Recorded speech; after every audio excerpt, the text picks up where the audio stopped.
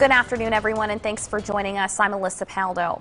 Florida lawmakers are scrambling to pass new gun legislation for the first time in more than a decade after the Parkland school shooting.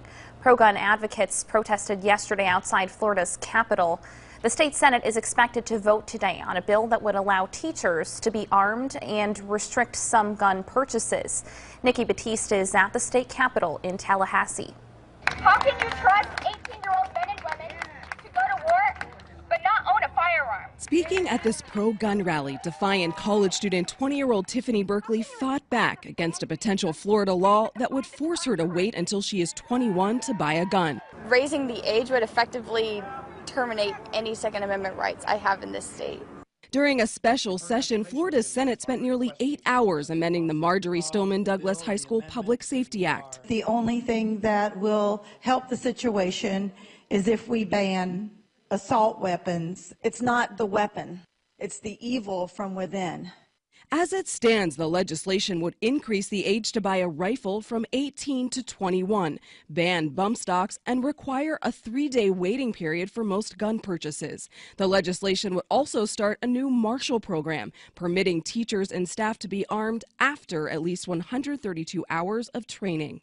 The amendment is adopted. Following a voice vote, a 2-year ban on AR-15 assault weapons initially passed, but the motion was reconsidered and reversed 20 minutes later in a roll call vote. 17 yeas, 21 nays, Mr. President. The decision stung for some Florida school shooting survivors like Jackie Corin, who tweeted, "This breaks my heart, but we will not let this ruin our movement." There have been students from Stoneman Douglas here fighting for gun control. What would you say to them? You have a right to be angry. I'm angry with you, but we can't have our rights infringed. Berkeley says she does support giving teachers the option to be armed. If the Senate passes the bill today, it will then be considered by the House. Nikki Batiste, CBS News, Tallahassee, Florida. Meanwhile, President Trump is standing behind his decision to place import tariffs on aluminum and steel, tweeting in part, quote, "Our steel and aluminum industries are dead. Sorry, it's time for a change." Lawmakers on both sides of the aisle have criticized the president's plan, as have allies from overseas. British Prime Minister Theresa May called the president Sunday to express deep concern over the move to place 25% tariffs on steel and 10% on aluminum. Well, a tragic story in Rockford as a well-known college professor accused of killing his 2 children before taking his own life. The Winnebago County coroner confirms the man is Rock Valley College professor P.S. Ruckman. The 58-year-old Ruckman and his 2 children, 14-year-old Christopher and 12-year-old John, found shot dead inside his home. Police investigating it as a double murder-suicide. The political science professor was frequently seen on TV as an expert on local and national politics. Children, no.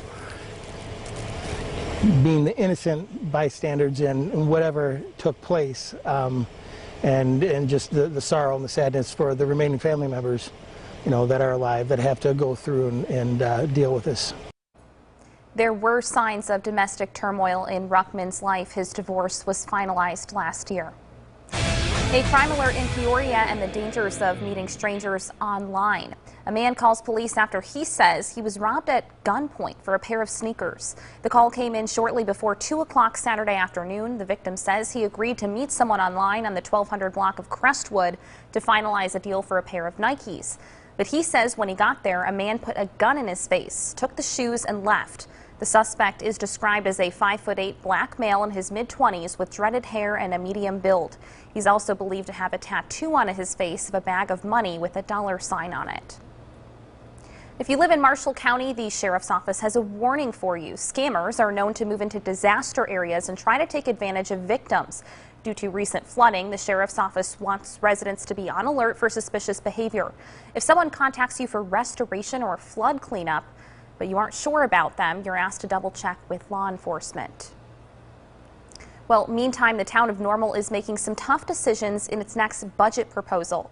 The Panagraph reports the $102 million spending plan for 2018-2019 is $20 million less than the current budget.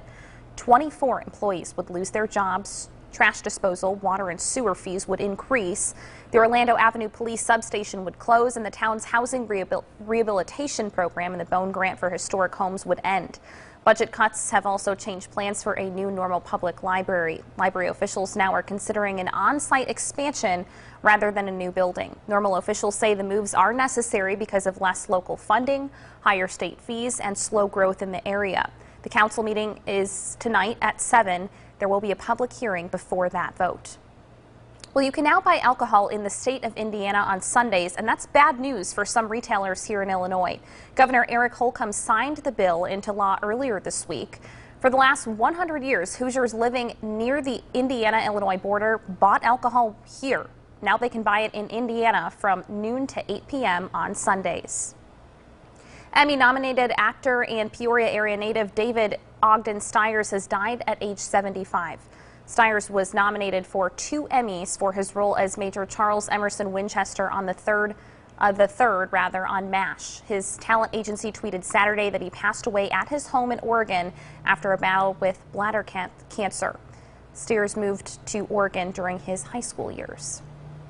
Local food pantries are getting the relief they need. The 34th annual Can-a-thon took place across central Illinois yesterday. Volunteers went door to door collecting canned goods and other non-perishables to be shared with food banks who participated in the event. This time every year, the pantries start to get a little slim. At holiday time, people always think of pantries and they get a lot of bounty. But by this time, the shelves are kind of running low. And so this is a way to stock our member pantries. You can still make donations for the next 2 weeks at local Kroger stores.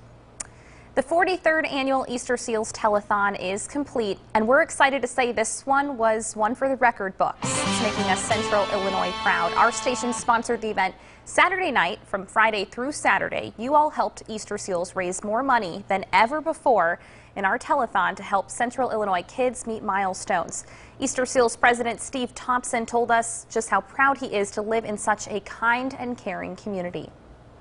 Easter Seals has, for nearly 100 years, been passionate about helping young children and their families, and tonight is just so meaningful to all of us as we consider that another vote of confidence in these children and what we're doing and in the future of Central Illinois. The total amount raised, more than $3 million.